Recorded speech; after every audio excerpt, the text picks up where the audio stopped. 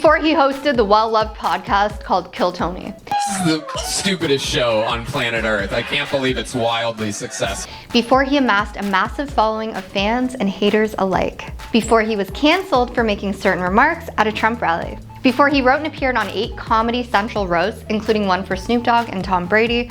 Who was Tony Hinchcliffe? Republicans are the party with a good sense of humor. Hey guys, welcome to Before They Were Famous. I'm your host Jessica Chinking, and I'm here to fill you in on what life was like before Tony Hinchcliffe was where he is today. What was his life like before the fame?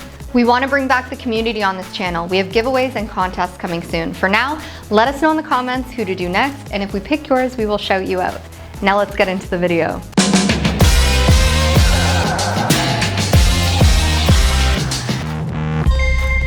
Tony Hinchcliffe is a stand-up comedian. He was born in Youngstown, Ohio on June 8th, 1984.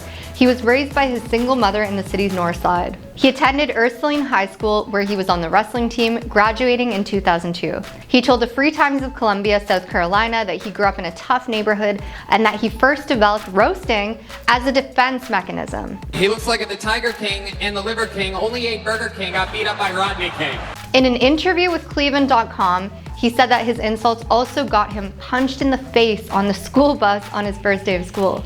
On Ryan Sickler's Honeydew podcast, Tony revealed that his father was married to a woman other than his mother and that his birth was kept secret from her. At the same time, he was unaware of his father's other family until adolescence, thinking instead that his father just traveled a lot for work. In 2007, Tony moved to Los Angeles to pursue a career in comedy. Yeah, not many of you probably ever get the chance to laugh like a young king. He started performing stand-up at open mics at the Comedy Store in West Hollywood, California. He was hired to work the phones and the cover booth and eventually became a paid regular at the venue. He also started opening for comedians Joe Rogan and Jeff Ross on tour. What's it like to be the king of the world, Tony Hinchcliffe?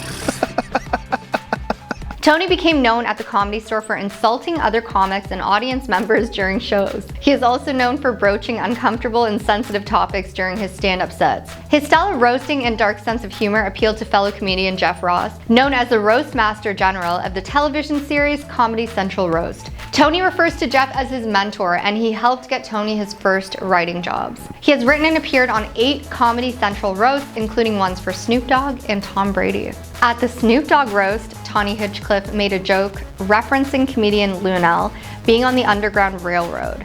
Of the honoree, he said, "Snoop, you look like the California raisin that got hooked on heroin." He had a Netflix special in 2016, Tony Hinchcliffe One Shot, which was filmed in one continuous take. But he's perhaps most famous for hosting the Kill Tony podcast since 2013, which involves both professional and amateur comedians performing for a panel of judges for 60 seconds and then enduring their criticisms. He began opening for comics like Joe Rogan, who did a 3-hour interview with Trump on his podcast, and is credited with writing Martha Stewart's raunchy zingers for a roast of Justin Bieber. He has faced backlash before, especially after he used a racial slur in 2021 about fellow comedian Asian American Peng Dang during a gig in Austin, Texas. Because of this, Tony was dropped by his talent agency WME, and several of his scheduled gigs were canceled. He never apologized. He said, "I knew that what I had done was not wrong. It wasn't even the worst thing I did that week. It was so dumbfounding to me because I thought it was a joke, and my stance is that comedians should never apologize for a joke, should never stop working if everyone comes after them, and they should never slow down." So the controversial joke about Puerto Ricans that had gotten him almost canceled was that he called Puerto Rico a floating island of garbage during a Trump rally. His joke was during a stand-up routine, and I mean, maybe people are extra upset because it happened during a Trump rally. What do you guys think? In his joke, Tony said, "There's a lot going on. I don't know if you know this, but there's literally a floating island of garbage in the middle of the ocean right now. I think it's called Puerto Rico." Tony also suggested that Latinos love making babies. He drew on racist tropes about African Americans and watermelons, which prompted groans from the audience, and he called Palestinians rock throwers, while in the same sentence suggested that Jewish people would not spend money. When Trump was asked about Tony, he said he doesn't know who he is, and spokesperson Daniela Alvarez said that the joke does not reflect the views of President Trump or the campaign. Democratic vice presidential nominee Tim Walz called Tony a jackwad, and U.S. Rep. Alexandria Cortez, a Democrat with Puerto Rican roots, called it super upsetting. Florida Republican Senator Rick Scott, up for re-election this year in a state heavily populated with Puerto Ricans, wrote on social media that the joke bombed for a reason and that Puerto Ricans are amazing people and amazing Americans. Roast, or insult, comedians often argue that there are no lines in comedy and that everything, no matter how sensitive, is fair game. Tony responded to his Madison Square Garden set with a variation on "Don't expect an apology." He said on Twitter, "These people have no sense of humor. Wild that a vice presidential candidate would take time out of his busy schedule to analyze a joke taken out of context to make it seem racist. I love Puerto Rico and I vacation there." Tony has previously made controversial jokes about Diddy and the Baltimore Bridge collapse and George Floyd. He told Variety, "I think people must realize that we're professionals, and yeah, sure, we deal with the repercussions of what happens." Trump's running mate, Senator J.D. Vance, said that he hadn't seen the joke during a rally in Wisconsin where he suggested that it was being dramatized. "We have to stop getting so offended at every little thing in the United States of America," he said, adding, "I'm so over it." Tony dismissed the remark as a joke and said, "I made fun of everyone," in a social media post regarding the backlash. So with all of this being said, a ton of my friends are Kill Tony fans. I actually go to a comedy club on Mondays that do an awesome tribute to Kill Tony. Shout out to Backroom Comedy. Do you guys think the backlash Tony got was an overreaction? Do you think he needs to be canceled? Let me know in the comments.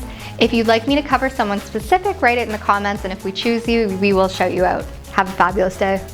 Alright guys, as you know, before they're famous, they've partnered with Mogul Productions, which is allowing you access to Hollywood events and film sets.